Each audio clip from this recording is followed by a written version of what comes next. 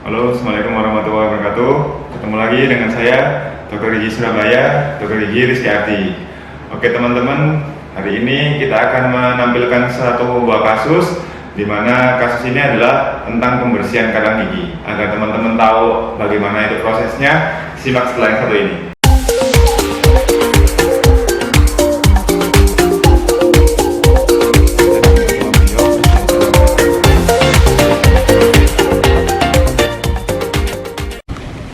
Oke teman-teman, sebelum lanjut nonton video dari saya, jangan lupa untuk subscribe, like, and share. Dan subscribe, like, and share-nya dari teman-teman membuat kami lebih semangat lagi untuk membagikan video seputar dunia kedokteran gigi.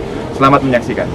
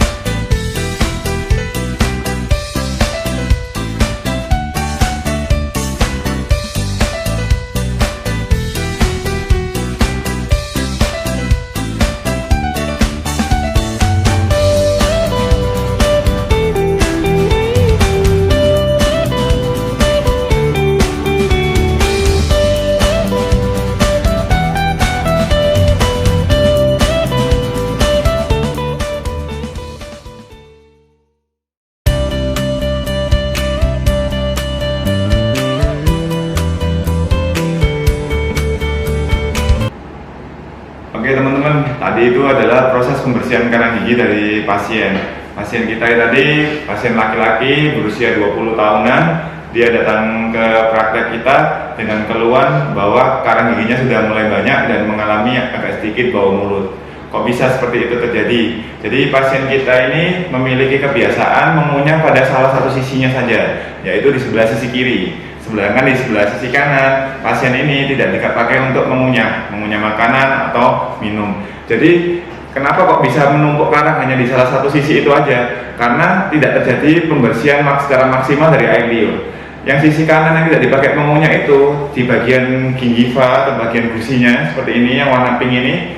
Gusi, baik mukosa pipi, itu adalah produksi air liur terbesar di rongga mulut kita. Nah, kalau dia dipakai mengunyah seperti ini, mengatupkan atas bawah, nah, otomatis pabriknya dia akan mengeluarkan air liur. Seperti yang kiri tadi. Yang kiri tadi pasien kita ini tidak terlalu banyak karangnya. Sedangkan yang kanan dia tidak dipakai mengunyah, sehingga dia tidak produksi air liur. Sehingga sisa makanan atau plak yang makanan tadi nempel di gigi. Nah, sedangkan untuk proses menjadi karang ini, plak itu membutuhkan waktu sekitar 4 jam. Bayangkan bila itu terjadi selama berbulan-bulan atau bahkan bertahun-tahun. Sehingga tadi bisa kita lihat karangnya agak sedikit banyak ya teman-teman. Terus saya akan menjelaskan lagi pertanyaan-pertanyaan mengenai seputar karang gigi dari pasien-pasien yang lain. Biasanya pasien-pasien ini ada yang nanya seperti ini, "Dok, bisa nggak saya membersihkan karang gigi ini di rumah secara sendiri?" Saya jawab tidak bisa. Kenapa? Karena untuk membersihkan karang gigi ini kita membutuhkan sebuah alat yang dinamakan alatnya adalah ultrasonic scaler. Ultrasonic scaler ini hanya dimiliki oleh dokter gigi. Jadi dia harus digerakkan pembersihannya, tidak bisa dengan kita menggunakan manual. Malah pasien ini pernah ke tempat kita, dia bilang, "Dok, saya udah bersihkan karang gigi saya pakai peniti.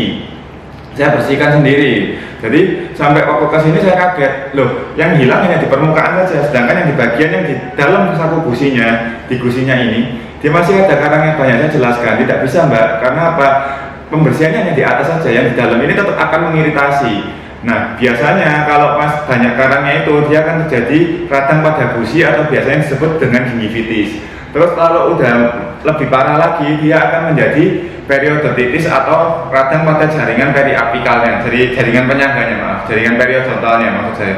Nah, bedanya apa antara gingivitis dan jaringan periodontitis ini tadi, jaringan periodontal ini tadi? Kalau gingivitis dia hanya mengiritasi gusinya saja teman-teman. Nah, di gusinya ini berwarna kemerahan. Biasanya kalau orang itu sudah mulai waktunya pembersihan karang gigi, ini biasanya dia udah mulai saat gosok gigi di gusinya ada pendarahan atau sedikit berdarah. Terus kalau periodontitis itu biasanya gusinya ini sudah mulai turun teman-teman. Dia posisinya udah nggak di cervical atau di leher giginya ini, tapi berada di bawahnya lagi, atau bahkan giginya bisa goyang atau bengkak gusinya. Itu sudah mengenai jaringan periodontal.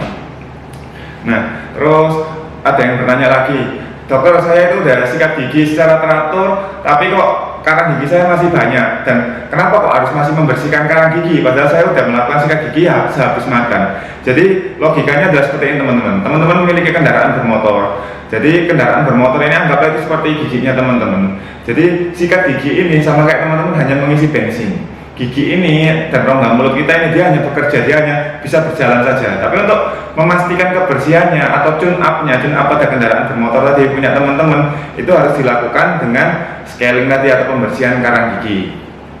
Nah, idealnya berapa lama sih dok untuk pembersihan karang gigi? Pembersihan karang gigi idealnya adalah 6 bulan 1 kali. Jadi 1 tahun teman-teman harus melakukannya 2 kali. Bayangkan teman-teman, kita pakai gigi kita ini untuk makan, minum sehari minimal 3 kali, pagi, siang, malam. Nah, sedangkan pembentukan karang gigi ini nggak otomatis dia akan secara langsung, tapi dia adalah ada waktunya. Jadi pertama adalah pembentukan plak. Sehabis teman-teman selesai makan, dia akan langsung terbentuk plak. Nah, plaknya itu akan mengeras. Terjadi pengerasan ini selama berapa lama? Pengerasan ini akan terjadi selama 4 jam setelah teman-teman makan. Bayangkan misalnya teman-teman makan jam 7 pagi, teman-teman langsung aktivitas. Jam 12 makan, itu sudah terjadi penumpukan sesi 1. Teman-teman makan lagi jam 12 makan, terjadi penumpukan lagi di jam 4 sore. Teman-teman makan lagi jam 5 atau jam 6 malam, kan jadi penumpukan lagi di antara jam 9 sampai jam 10 malam. Jadi penumpukan itu akan lama-lama menebal, sehingga karang ini kan ada punya pasien ini ada yang sedikit, ada yang pasien ini sangat tebal sekali. Nah, selain daripada itu, karang gigi ini dia juga dapat menyebabkan sisa-sisa makanan nyangkut di situ. Jadi kita tidak dapat membersihkan secara maksimal akhirnya. Terjadilah pembusukan situ. Makanya beberapa pasien ini teman-teman ada yang mengeluh, dok kenapa ya ada karang gigi saya terus habis itu karang giginya ini kok saya merasa bau mulut. Nah, tadi terjadi pembusukan sisa makanan yang ada di situ. Kalau enggak, biasanya karang gigi ini dia menyebabkan malah gigi berlubang, karena karang gigi ini dia itu adalah rumah daripada bakteri yang menyebabkan gigi berlubang, yaitu bakteri Streptococcus mutan. Nah, apa-apa saja yang dapat dipakai untuk mencegah gigi berlubang itu selain daripada gosok gigi secara teratur teman-teman sehari 2 kali. Yang efektif adalah di pagi hari teman-teman gosok gigi setelah makan, dan saat mau tidur malam setelah makan malam teman-teman harus gosok gigi. Itu 2 waktu yang sangat urgent.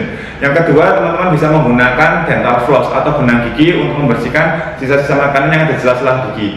Jangan sampai teman-teman sekalipun menggunakan tusuk gigi. Kenapa? Tusuk gigi ini malah dia akan dapat mengiritasi, menusuk bagian gusi sehingga menyebabkan gusi tersebut pendarahan. Akhirnya malah kalau enggak sisa makanan ini malah kedorong ke dalam saku gusi. Teman-teman bisa bayangkan kalau sisa makanan kedorong ke dalam saku gusi tersebut, itu akhirnya sisa makanannya busuk di dalam gusi teman-teman seperti itu. Terus bisa menggunakan obat-obatan kumur. Nah, obat-obatan kumur yang saya rekomendasikan ini yang tidak mengandung efek terbakar atau burning mood syndrome ya, burning syndrome. Jadi biasanya saya rekomendasikan seperti betadine kumur atau Providon iodine ya, itu biasanya saya rekomendasikan untuk pasien-pasien saya. Saya menghindari suatu merek yang istilahnya dia menyebabkan di rongga mulutnya terbakar.